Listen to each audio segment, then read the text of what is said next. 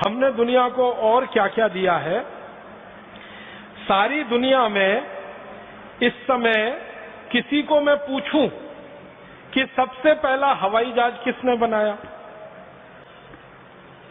तो हम ले दे के एक नाम लेते हैं, राइट ब्रदर्स ने बनाया और उनके नाम से दर्ज है ये आविष्कार। 17 दिसंबर सन 1903 को अमेरिका के कैरोलिना के समुद्र तट पर राइट ब्रदर्स ने पहला हवाई जहाज बनाकर उड़ाया, जो 120 फीट उड़ा और गिर गया। और उसके बाद फिर आगे हवाई जहाज की कहानी शुरू होती है। तो हम बचपन से ये पढ़ते आए हैं कि 17 दिसंबर 1903 में पहली बार हवाई जहाज बना और उड़ा, 120 फीट तक गया। अमेरिका के साउथ कैरोलिना के समुद्र तट पर राइट ब्रदर्स ने उसको उड़ाया। लेकिन अभी दस्तावेज मिले हैं और वो ये बताते हैं कि 1903 से कई साल पहले सन 1895 में हमारे देश के एक बहुत बड़े विमान वैज्ञानिक ने हवाई जहाज बनाया और मुंबई की चौपाटी के समुद्र तट पर उड़ाया और वो 1500 फीट ऊपर उड़ा और उसके बाद नीचे गिरा।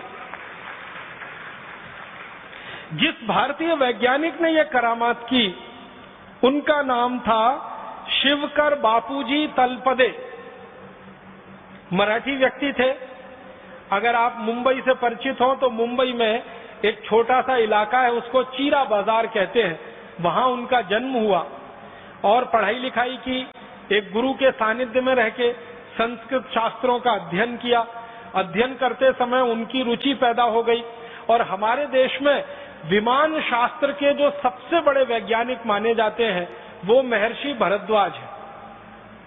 महर्षि भारद्वाज ने विमान शास्त्र की सबसे पहली पुस्तक लिखी है। उस पुस्तक के आधार पर फिर सैकड़ों पुस्तकें लिखी गई विमान शास्त्र की। सबसे पहली पुस्तक महर्षि भारद्वाज की है विमान शास्त्र की। और भारत में वो जो पुस्तक उपलब्ध है, सबसे पुरानी पुस्तक वो 1500 साल पुरानी है। महर्षि भारद्वाज तो उसके भी बहुत साल पहले हुए। तो महर्षि भारद्वाज ने विमान शास्त्र पे सबसे ज्यादा शोध किया। ये जो शिवकर बापूजी तलपदे थे, इनके हाथ में महर्षि भारद्वाज की वो पुस्तक लग गई, विमान शास्त्र। उस पुस्तक को आद्योपांत उन्होंने पढ़ा। उस पुस्तक के बारे में उन्होंने कुछ रोचक बातें कही हैं। एक बात उन्होंने कही कि इस पुस्तक के 8 अध्यायों में विमान बनाने की तकनीकी का ही वर्णन है। 8 अध्याय। और वो कहते हैं कि 8 अध्याय में 100 खंड हैं जिनमें विमान बनाने की टेक्नोलॉजी का विस्तार से वर्णन है। फिर आगे कहते हैं कि महर्षि भारद्वाज ने अपनी पूरी पुस्तक में विमान बनाने के 500 सिद्धांत लिखे। आप इस बात को जरा फिर से सुनिएगा। एक सिद्धांत पर पूरा विमान बन जाता है। ध्यान दीजिएगा, एक सिद्धांत होता है, एक प्रिंसिपल होता है, उस पर इंजन बन जाता है और विमान बन जाता है। ऐसे 500 सिद्धांत लिखे हैं महर्षि भारद्वाज ने। माने 500 तरह के विमान बनाए जा सकते हैं हर एक सिद्धांत पर। और उस पुस्तक के बारे में तलपदे जी लिखते हैं कि ये 500 सिद्धांतों के 3000 श्लोक हैं। विमान शास्त्र में 3000 श्लोक हैं। और वो कहते हैं, आप जानते हैं ये जो टेक्नोलॉजी होती है, ये जो तकनीकी होती है, उसका एक प्रोसेस होता है, एक प्रक्रिया होती है और हर एक तकनीकी की एक विशेष प्रक्रिया होती है। तो महर्षि भारद्वाज ने 32 प्रक्रियाओं का वर्णन किया है। 32 तरह से 500 किस्म के विमान बनाए जा सकते हैं। इस बात को जरा समझिएगा, मुझे देर में समझ में आई। 32 तरीके हैं 500 तरह के विमान बनाने के। माने एक विमान बनाने के 32 तरीके, 2 विमान बनाने के 32 तरीके, 500 विमान बनाने के 32 तरीके उस पुस्तक में है विमान शास्त्र। 3000 श्लोक है, 100 खंड है और 8 अध्याय है। कितना बड़ा ग्रंथ है ये। इस ग्रंथ को शिवकर बापूजी तलपदे ने पढ़ा अपने विद्यार्थी जीवन से और पढ़ पढ़कर परीक्षण किए और परीक्षण करते करते 1895 में वो सफल हो गए और उन्होंने पहला विमान बना लिया। और उस विमान को बना लिया तो उन्होंने उसको उड़ाकर भी दिखाया और उसको देखने के लिए भारत के बड़े बड़े लोग गए। हमारे देश के उस समय के एक बड़े व्यक्ति हुआ करते थे, महादेव गोविंद रानाडे, जो अंग्रेजी न्याय व्यवस्था में जज की हैसियत से काम किया करते थे मुंबई हाई कोर्ट में। तो रानाडे जी गए उसको देखने के लिए। बड़ोदरा के एक बड़े राजा हुआ करते थे गायकवाड़ करके, वो गए उस विमान को देखने के लिए। ऐसे 20 बड़े लोगों के सामने और हजारों लोगों की उपस्थिति में शिवकर बापूजी तलपदे ने अपना विमान उड़ाया। और हैरानी की बात यह थी कि उस विमान को उन्होंने उड़ाया, उसमें खुद नहीं बैठे, बिना चालक के उड़ा दिया उसको।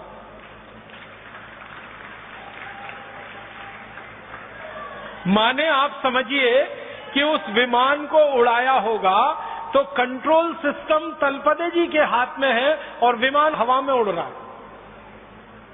और ये बात 1895 में हो रही है, आज की दुनिया की बात नहीं हो रही। और उस विमान को उड़ाते उड़ाते 1500 फीट तक वो लेके गए। फिर उसके बाद उन्होंने उसको उतारा और बहुत सकुशल उतारकर उसको जमीन पे खड़ा कर दिया। माने वो विमान टूटा नहीं, उसमें आग लगी नहीं, उसके साथ कोई दुर्घटना हुई नहीं, उड़ा 1500 फीट तक गया, फिर नीचे कुशलता से उतरा और सारी भीड़ ने तलपदे जी को कंधों पर उठा लिया। महाराजा गायकवाड़ ने उनके लिए इनाम की घोषणा की, एक जागीर उनके लिए घोषणा कर दी कि ये पूरी जागीर इनको दूंगा। और गोविंद रानाडे जी जो थे वहां पर, उन्होंने घोषणाएं की, बड़े बड़े लोगों ने घोषणाएं की। तलपदे जी का ये कहना था कि मैं ऐसे कई विमान बना सकता हूं, मुझे पैसे की कुछ जरूरत है, आर्थिक रूप से मेरी अच्छी स्थिति नहीं है। तो लोगों ने इतना पैसा इकट्ठा करने की घोषणा की कि आगे तो उनको कोई जरूरत नहीं थी। लेकिन तभी उनके साथ एक धोखा हुआ। धोखा क्या हुआ? अंग्रेजों की एक कंपनी थी, उसका नाम था रैली ब्रदर्स करके। वो आई उनके पास, तलपदे जी के पास, और तलपदे जी को कहा कि ये जो विमान आपने बनाया है इसका ड्राइंग हमें दे दीजिए। तलपदे जी ने कहा कि उसका कारण बताइए। तो उन्होंने कहा कि हम आपकी मदद करना चाहते हैं, आपने ये जो आविष्कार किया है इसको सारी दुनिया के सामने लाना चाहते हैं, आपके पास पैसे की बहुत कमी है, हमारी कंपनी काफी पैसा इस काम में लगा सकती है, लिहाजा हमारे साथ आप समझौता कर लीजिए और इस विमान की डिजाइन दे दीजिए। तलपदे जी भोले भाले सीधे साधे आदमी मान गए और कंपनी के साथ उन्होंने एक समझौता कर लिया। उस समझौते में रैली ब्रदर्स जो कंपनी थी, इसने क्या किया, पूरा विमान का मॉडल उनसे ले लिया और ड्राइंग ले ली, डिजाइन ले ली, और उसको लेकर ये कंपनी लंदन चली गई। और लंदन के बाद उस समझौते को वो कंपनी भूल गई और वही ड्राइंग और वही डिजाइन फिर अमेरिका पहुंच गई। फिर अमेरिका में राइट ब्रदर्स के हाथ में आ गई। फिर राइट ब्रदर्स ने वो विमान बना के अपने नाम से सारी दुनिया में रजिस्टर करा लिया और तलपदे जी का नाम सारी दुनिया भूल गई। तलपदे जी की गलती क्या थी? उनको चालाकी नहीं आती थी, ज्ञान तो बहुत था उनके पास। ये भारत वाली सबसे बड़ी जो समस्या मुझे समझ में आई है 12-15 साल में, कि हमको सब ज्ञान आता है, सब तकनीकी आती है, सब आता है, चालाकी नहीं आती। एक वो गाना है ना, सब कुछ सीखा हमने न सीखी होशियारी, ये भारतवासियों पे फिट है बिल्कुल। और ये अंग्रेजों को और अमरीकियों को कुछ नहीं आता, सिर्फ चालाकी आती है। उनके पास ना ज्ञान है, ना उनके पास कोई आधार है, उनको एक ही चीज आती है, चालाकी। और चालाकी में वो नंबर 1 है। किसी का दुनिया में कुछ भी नया मिले, उसकी चालाकी करके अपने पास ले लो और अपने नाम से उसको प्रकाशित कर दो। ये हुआ। शिवकर बापूजी तलपदे ने 1895 में बनाया हुआ विमान सारी दुनिया के सामने अब ये घोषित करता है कि विमान सबसे पहले अमरीकी ब्रदर्स राइट ब्रदर्स ने बनाया, 1903 में बनाया, 17 दिसंबर को दिखा। उससे कई साल पहले, अगर आप साल ही जोड़ेंगे तो कम से कम 8 साल पहले भारत में विमान बन चुका था और सारे देश के सामने वो दिखाया जा चुका था। अब हमें इस बात के लिए लड़ाई करनी है अमरीकियों से और यूरोपियन लोगों से कि ये तो हमारे नाम ही दर्ज होना चाहिए। और रैली ब्रदर्स कंपनी ने जो बेईमानी और बदमाशी की थी समझौते के बाद, उसका उस कंपनी को हर्जाना देना चाहिए, क्योंकि समझौता करने के बाद बेईमानी की थी।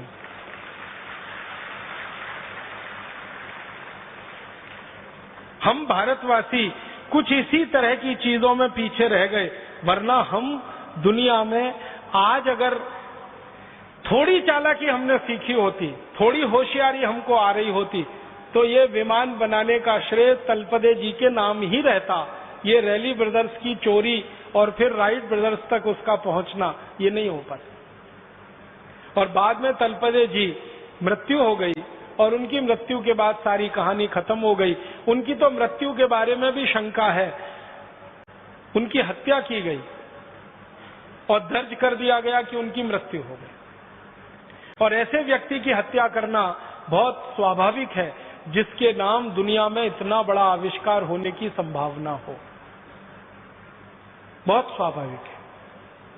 तो अगर हम फिर से वो पुराने दस्तावेज ढूंढें, खोलें और फाइल को फिर से देखें तो पता चल जाएगा और दूध का दूध पानी का पानी सारा सच दुनिया के सामने आ जाए।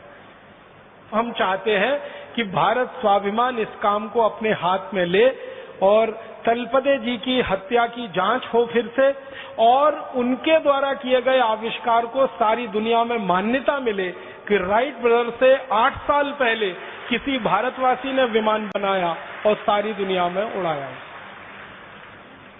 और एक दो छोटी बातें बताता हूं हमने जो दुनिया को दी हैं। मैं थोड़ा खगोल शास्त्र के विषय में आपसे बात करना चाहता हूं।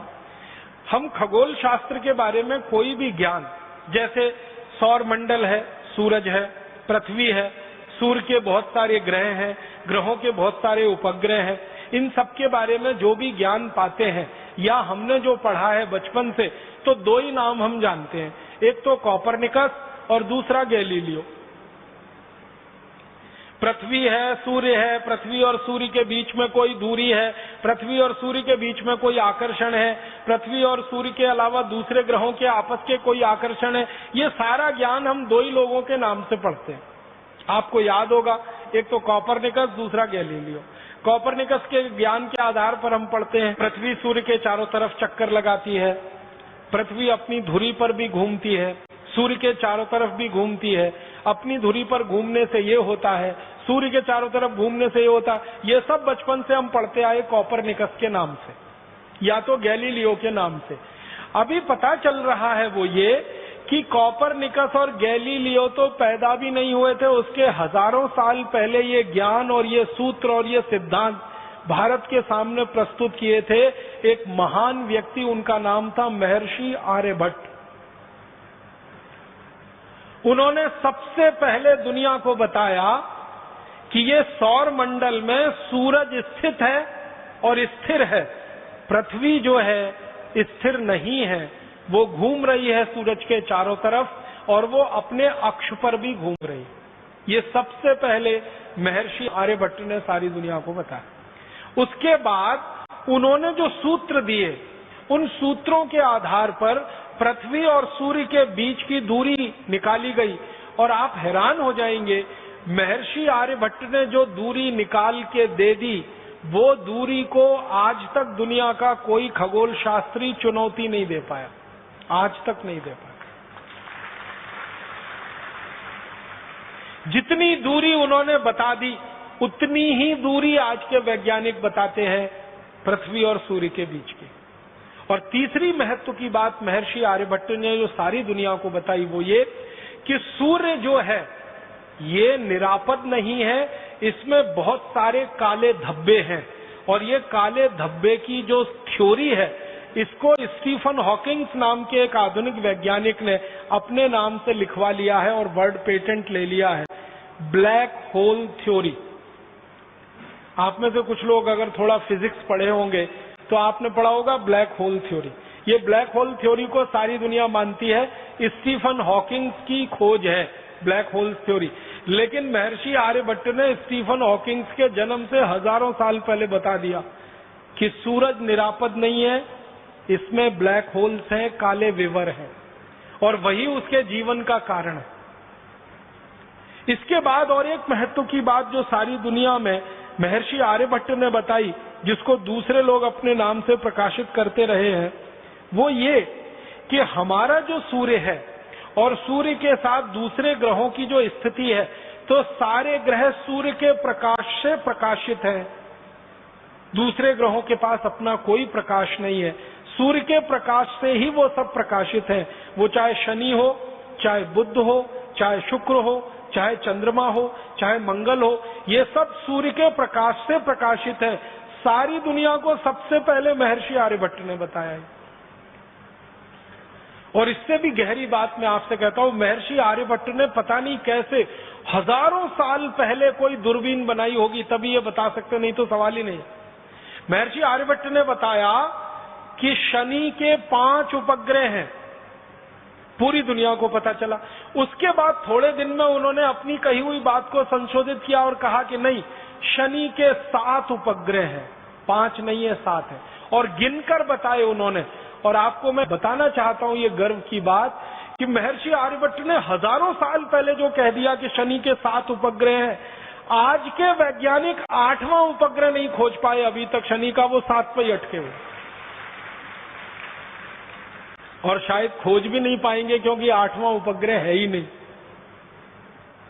होता तो वो खुद ही बता के चले गए। अब मैं आपके ध्यान को आकर्षित करना चाहता हूं कि शनि के 7 उपग्रह को खोज लेना कैसे संभव है। बिना दूरबीन के तो सवाल ही नहीं उठता, हो ही नहीं सकता।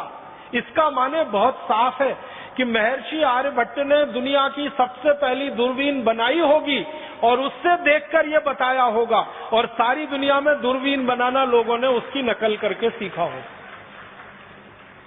महर्षि आर्यभट्ट ने एक पुस्तक लिखी है, बड़ी पुस्तक है, बृहद संहिता उसका नाम है, और एक दूसरी पुस्तक है आर्यभट्ट संहिता उसका नाम है। इन दोनों पुस्तकों में सैकड़ों नहीं हजारों सूत्र हैं सूरज के बारे में, चंद्रमा के बारे में, और दूसरे ग्रहों के सूरज के अंतर संबंधों के बारे में।